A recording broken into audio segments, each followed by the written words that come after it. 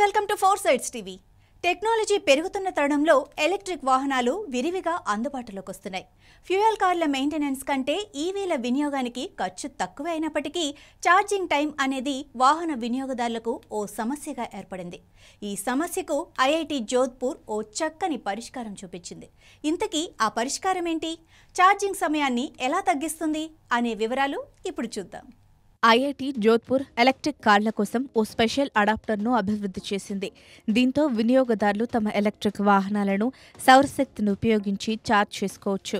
ప్రజలు తమ ఎలక్ట్రిక్ వాహనాలను రూఫ్ టాప్ సోలార్ సిస్టంల నుంచి ఉత్పత్తి అయ్యే విద్యుత్తుతో రీఛార్జ్ చేసుకునే వ్యవస్థను రూపొందించాలని నరేంద్ర మోడీ గతంలో వెల్లడించిన మాటలను ఐఐటి జోధ్పూర్ నిజం చేసింది.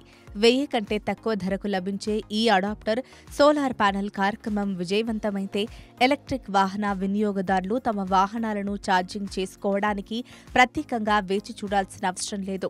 ఈ విషయాన్ని ఐఐటి జోధ్పూర్ ఎలక్ట్రికల్ ఇంజనీరింగ్ విభాగం తెలిపింది.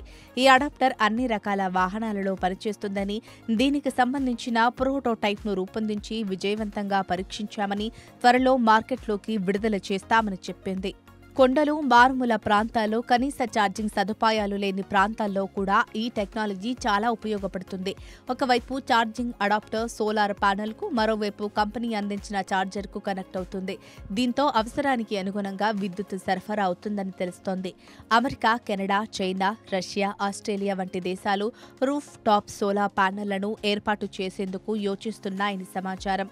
ఈ ప్లాన్లో సోలార్ సాకెట్తో సోలార్ ప్యానెల్ను వాహనాలలో ఉంచే బాధ్యత ఈవీ కంపెనీలదే అని, రాబోయే 5 ఏళ్లలో ఛార్జింగ్ మౌలిక సదుపాయాలను అభివృద్ధి చేయడం ఓ సవాలుతో కూడుకున్న పని. కాబట్టి అడాప్టర్ సోలార్ ప్యానెల్ అద్భుతంగా పనిచేస్తుందని ఐఐటి జోధ్పూర్ ఎలక్ట్రికల్ ఇంజనీరింగ్ విభాగం అసిస్టెంట్ ప్రొఫెసర్ నిశాంత్ కుమార్ అన్నారు.